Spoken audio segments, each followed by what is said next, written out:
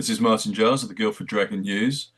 And as many Guildford Dragon readers will know, controversy surrounds the issue of refunding Community Infrastructure Levy, or CIL, payments, sometimes of tens of thousands of pounds, to residents in Waverley Borough. Councillor Liz Townsend, the lead councillor for Planning and Economic Development, is here to help explain the situation. Welcome to the Guildford Dragon, Councillor Townsend. Thank you very much for having me, Martin. And thank you for giving your time. So, how would you summarise the CIL issue at Waverley?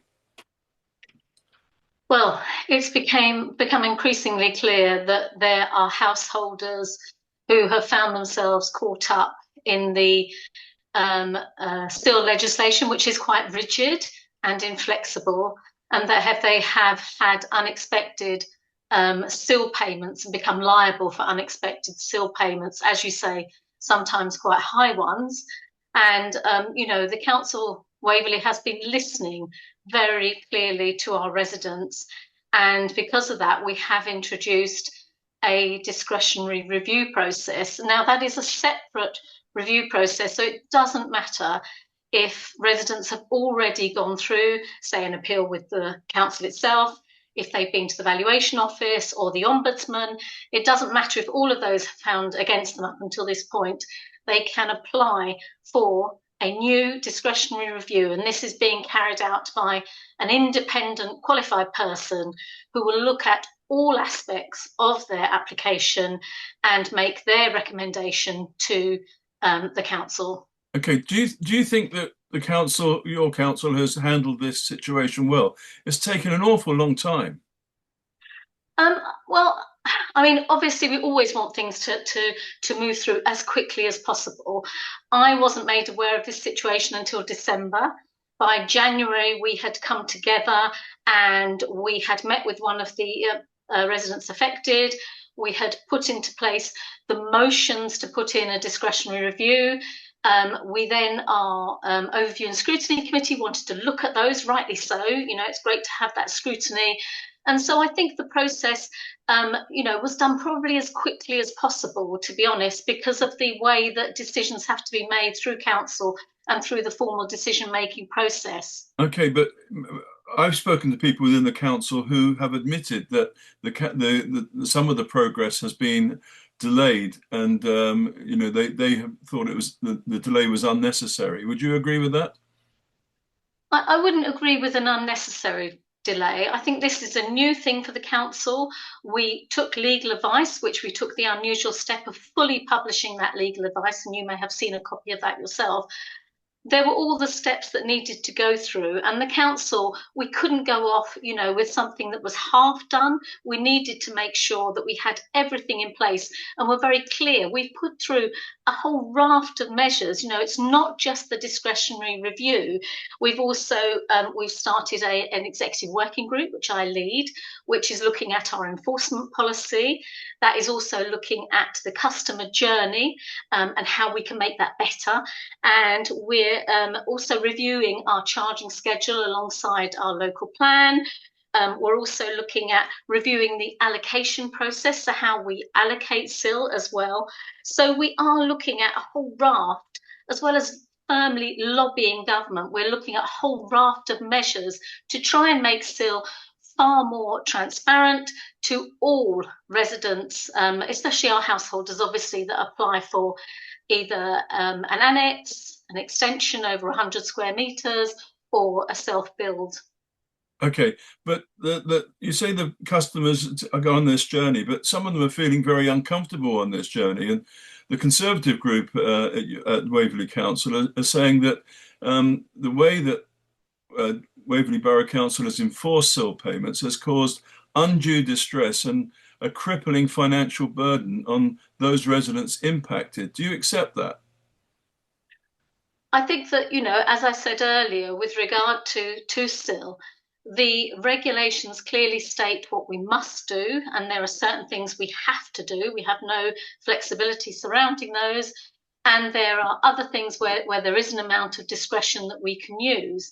So I can understand why people have found it quite shocking, perhaps when they've got a CIL liability notice, But if they follow the route to gain an exemption for their extension, their self-build, or for their annex, then they have full exemption from those payments. However, Martin, I've looked at the CIL forms myself, which are set by government. And again, what is gathered within those forms has to be what the council puts out. We can't vary that information.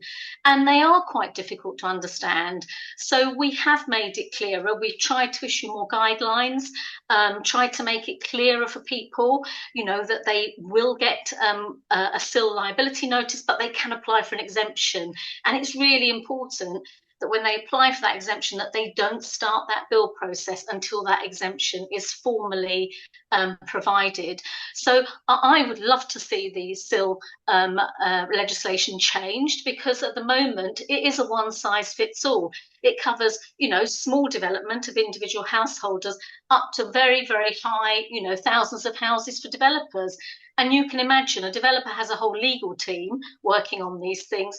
You can imagine the language that they are able to understand is quite different from the language that an individual resident would understand. And in the very early days of CIL, perhaps the communication wasn't as good as it would have been back in, 2018-19 when it was adopted. But I do feel that we've made some real inroads, and hundreds of people every year do manage to work their way through the process. But I really think it could be much, much better. But if you put yourself in the shoes of someone who's received one of those notices and they hear that people not far away in West Berkshire are being treated differently, can't you understand their anger? I mean, they're facing bills that could cause them to even have to sell their own houses. Well, West Berkshire is a completely separate council, and I can't particularly comment on their decision-making process. But what I can comment on is our legal advice from a KC did look at that particular scheme, and they were not clear what statutory process had been relied upon in order to create the scheme that had been put in place by West Berkshire.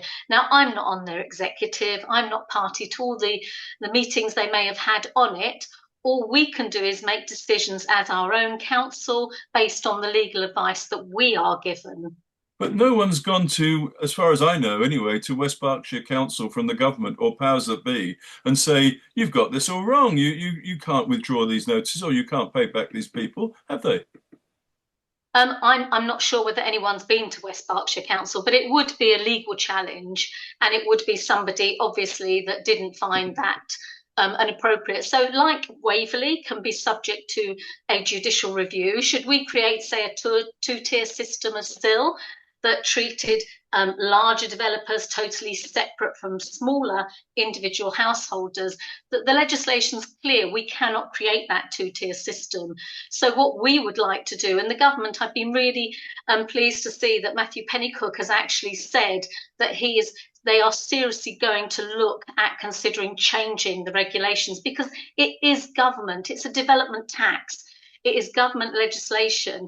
And in order for it to change, we need them to change the legislation. Now, we can, carrying out our discretionary review, going back to that, we can create a process by which people can apply for the removal of that liability notice where the council has made an error. And we've remained really broad about what is an error, and that's on purpose, so that the independent person who's looking at these reviews can look across a whole raft of different potential errors that may have been made.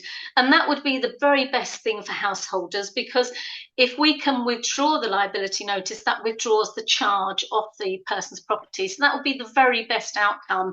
On top of that, we are looking at our enforcement policy, and we've already started that. We've had our first meeting of the working group that's looking at this. And then what we can do is introduce far more discretion, so that we could choose not to enforce a liability notice where people have fallen foul of the national legislation, but that doesn't involve withdrawing that charge of the person's property. So the discretionary review, and I would urge anybody that thinks they have been charged incorrectly, they may not be able to know exactly the form of that, but if they think they've been charged incorrectly, then to apply for that discretionary Okay, review. And I all the think details are on our website. And right. I would urge anybody that thinks there's any margin that they think they want to apply, please do. We're waiting for those Well, applications. I think we've got the message. Thank you on non-discretionary reviews. Thank you. But you said about a two-tier system. Some of these residents might feel, well, we have got a two-tier system. If I lived a few miles away, I'd be treated differently than I am here. And we're not even just in the same country, we're in the same region of the same country. You can surely you can understand their point of view. It doesn't seem fair. I can understand that. And believe you me, Martin, there are councils all over the country and they are having to cobble together solutions because of the inflexibility of this national legislation. So it's not just West Berkshire. There are other councils as well who are in exactly the same position. And you've only got to do a search online to find, other councils that are in a similar place. And it can't be that we have a system which is different in West Berkshire, different in Waverley, different down in Eastbourne, let's say. We have to have national legislation so that anybody that's carrying out an extension, an annex, or a self-build knows exactly where they stand. Now, the charging rates may be different, and that is fair enough because the cost of Yeah, yes. infrastructure within areas may differ. But, we have to make sure that the actual process is the same no matter where you live in the No, country. okay, now Steve Daly, who you will know is one of the residents I do. affected with and facing or has faced a £70,000 charge, he said if Waverley Borough Council now refuses to change its direction, the Liberal Democrat and Farnham resident administration must take responsibility for the political and moral consequences of continuing a policy that its own residents and now the housing minister agrees is unjust. He's right, isn't he? Your policy is bringing your own council into disrepute on this matter. I would like to say, I totally, when I met Mr. Daly before Christmas, just after Christmas, um, this year in January, I was so moved by his story and straight away committed to looking at his case. So nothing to do with the discretionary review, nothing to do with anything, just straight away looking into his case. And I can only wish that he had contacted me earlier. But, this is not a case of us doing something differently. This is a case of us following national legislation. We can't cherry pick that, Martin. If I could, wouldn't that be great? I could cherry pick the housing numbers and decide I didn't, we were going to ignore the numbers of houses that we are now required to build and just go ahead with a much lower number. We can't do that. We can't cherry pick which bits of the national legislation we want to implement. And as I said, if we don't follow a legal process, we open ourselves up to a judicial review, which not only could cost the council a lot of money, but obviously also it means that we can't implement the policies that we want to. And what we want to do is to make the journey really easy for people. This isn't about, rights and wrongs. This is about finding the best, listening and finding the best way forward for residents. And I honestly believe that removing that liability notice and removing the charge, which is not what West Berkshire are doing, but what we are doing, removing that charge is the best outcome because people have that, they're unencumbered then. Um, um, um, their own, they don't have a charge on their property. So if they want to sell, it's not encumbered by a charge. So I really believe that we are trying to do the very best. This has been slightly politicised. I can't get away from that. And understandably, it's been, it has been pushed in the press that we're doing something, that isn't as good as West Berkshire. But we have listened to our legal advice. We have gone ahead with the discretionary review and with the process that not only means we're acting lawfully, but also means that we are trying to get the best outcome for our residents possible. And that's why, as I said earlier, we have not said what an error would be. We've not made it narrow. We were requested, some of the ONS committee, our Overview and Scrutiny Committee, wanted us to define it, but we're not defining it because we Okay. want it to be as broad as possible and for people to apply. Okay. Now, West Berkshire Council, they must have all, I believe they had legal advice too, which was different than yours.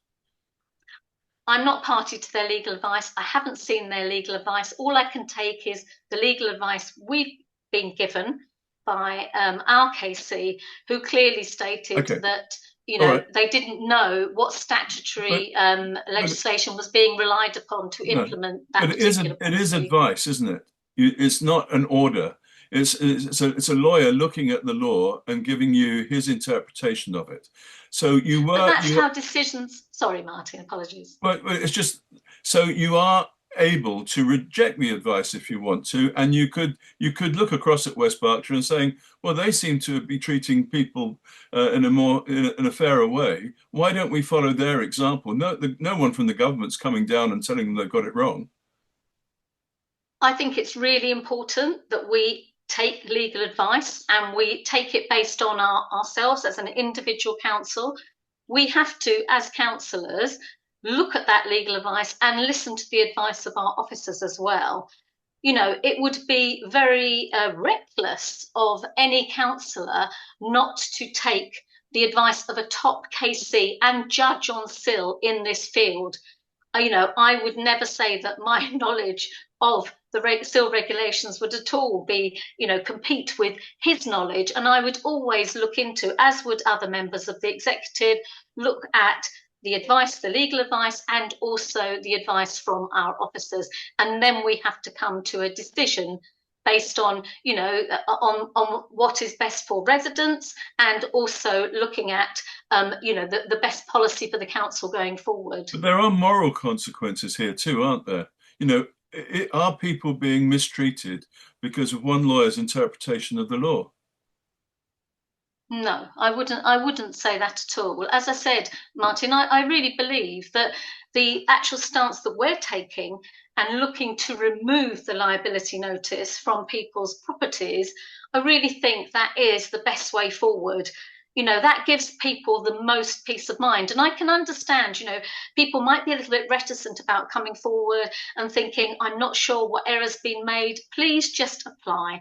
Contact, the relevant email address that we've got online, which is, the house for the household review. It's all online, and also, just it's being done by an independent person, and they're looking at the application in the round. They're not just looking at one particular thing. So I think they can rest assured that we are trying to do the very, very best Okay. for our residents. Now, it has been claimed that it was being suggested that the council feels that decisions could be made based on the deemed ability of residents to pay. In other words, better off people, you'd be more reluctant to refund them. Is there any truth in that? No, I haven't heard anything about that in the discretionary review process. I think it's very clear that what we are trying to achieve within that. I know that there has been some comments made about obviously hardship. And in any process, say the enforcement process, that may be something, hardship may be something that the working group does discuss. Okay. And I can't, again, that's a cross-party working group. It's from all parties within the council. So again, that is something when we're looking at the enforcement policy and deciding how we can make, use more discretion within it, that might be something that we would look at. But, Okay, so it isn't something. A resident's Sorry. ability to pay will not be a factor in your decisions on this subject. Not a decision in the discretionary review process at Okay, all. Whether or not the cross-party working group, I don't want to preempt the outcome of what they're, right. how they want to make the enforcement policy and what the particular points they want to put in it. So, I'm not going to predetermine that outcome. But the discretionary review process, which is open now, there is nothing about the ability to pay. It's about Okay. an error, and whether that error was that Waverley has put in place, whether the application, that Waverley has made, whether the application was a resident or whether it was a resident's agent, they can both they can apply for the discretionary review and for the case to be looked at fully. Thank you. And finally, is it true that interest earned on on CIL money collected can be moved to the council's general fund, where it can be used to pay for things unconnected with compensation for development? So the actual, Waverley is the collecting authority for CIL, so the money comes in to us, and the interest, as with Surrey County Council with their Section 106 money, if the interest hasn't been ring fenced by some legal agreement, then the interest just goes into the general pot, so to speak, for the council. Okay, so the longer it sits there, the more money the council's making on it. Well, yes, but we want to move we have got an allocation process, and our officers are very active in going out to the NHS, to Surrey County Council, to other public bodies, trying to get them to actually apply for CIL money, because obviously we want the infrastructure to be improved across the borough, and that's really important. So we are very active and proactive in trying to get applications in. Have we had as many applications sometimes, or the quality of applications that we had hoped for CIL? No, and that is why we're looking at that process again to try and see, are there any barriers? How can we make it easier for these organisations to apply for CIL? And so that we can meet the infrastructure demands of from new development across the borough. Why do you think But anyone would be? no one is trying to keep CIL in a place to try and boost any income or anything like that Okay. at all. Why? I would refute that. Okay. Why would any resident who's hoping for a refund be reluctant to apply for one through your new review process? I I don't know, and I think they shouldn't be, and I would urge them to apply. I can't think of any reason. We have made it very clear that we want people to apply, that we want people to have, to have a broad range of what is classed as a mistake or an error, that we want people to feel that they have had their application looked at by an independent qualified person who provides a recommendation back to the council. So I don't know why anyone would not apply unless, if they're listening to other people, if they're listening to people saying, oh, I don't think you'll get a good response, or I don't think you'll get a positive response from the council, I would say, no, please do apply. There is nothing that, no barriers that we are putting up at all. It is there for anyone that thinks they have been charged, still wrongly to apply. Okay, well, And saying that, Martin, what I'd also like to say is if they find that perhaps a mistake has not been made by the council, then there's nothing to stop that independent person recommending other actions, whether it be an enforcement action or something like that. So it isn't limited in any way. So okay. please apply. Councillor Townsend, thank you very much.